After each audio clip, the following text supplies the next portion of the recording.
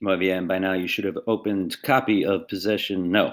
This is my copy. You should open up your own copy of Possession 3 Ways.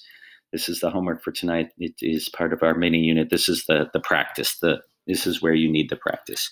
So it starts with a little reading for comprehension. I put different forms of possession, different ways to say people own stuff, and I want you to read them and then tell me what you think they mean in English. I changed the font over here to the English to this bad script. I think it looks kind of cool. So I made this document years ago, and I pulled it out of the archives for y'all. It used to be a Word doc, never mind.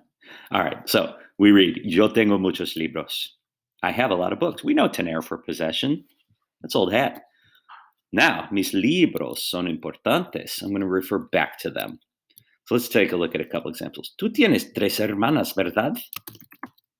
You have 3 sisters, right?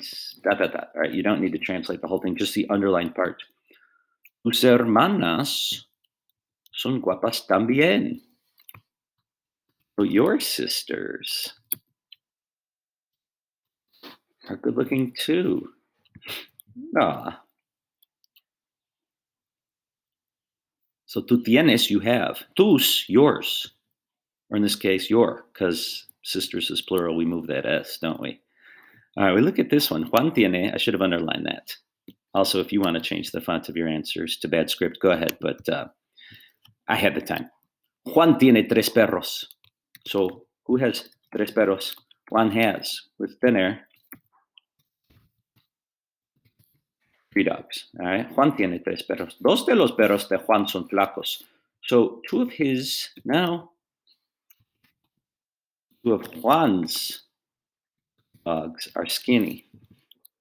2 de los perros de Juan. So those are Juan's dogs. Los perros de Juan. This is how we express possession with de. Now, you've seen this before. We've done this before. You've learned this before. We also saw this in Spanish 1, just like El Cinco de Mayo or La Clase de Español. This time we're seeing who owns something, possession with de.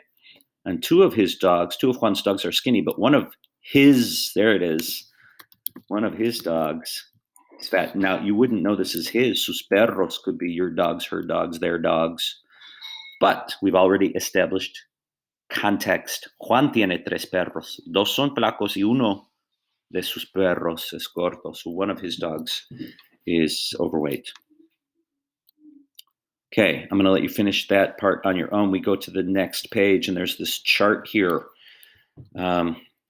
I gave you one of the 3 possibilities. You need to express the same thing with tener and or with a possessive adjective, which is from today's notes, and then the noun. Let's do a couple together. The possessive adjective. Yo tengo un perro. Es mi perro. There is a way we could say the dog of me. El perro de mí, with the accent mark. If you look down at the bottom of the page, there's a little asterisk that explains de mí is like this little light of mine. Esa luz de mí, right? That kid of yours, de ti. It's less common, but just like La Casa de Pedro is going to be Pedro tiene. All right, there it is. So we use tener. Pedro tiene. No. Pedro tiene. Ándale. ¿Qué tiene? Una casa. Es la casa de Pedro. Pedro has a house. It's Pedro's house. And then what we learned today, if you go back to your chart, you go to your notes. Es su casa. Mi casa es su casa. My house is Pedro's house or your house. All right, so this is what we're doing. Again, if you struggle with any of these items, we'll go over this whole thing tomorrow.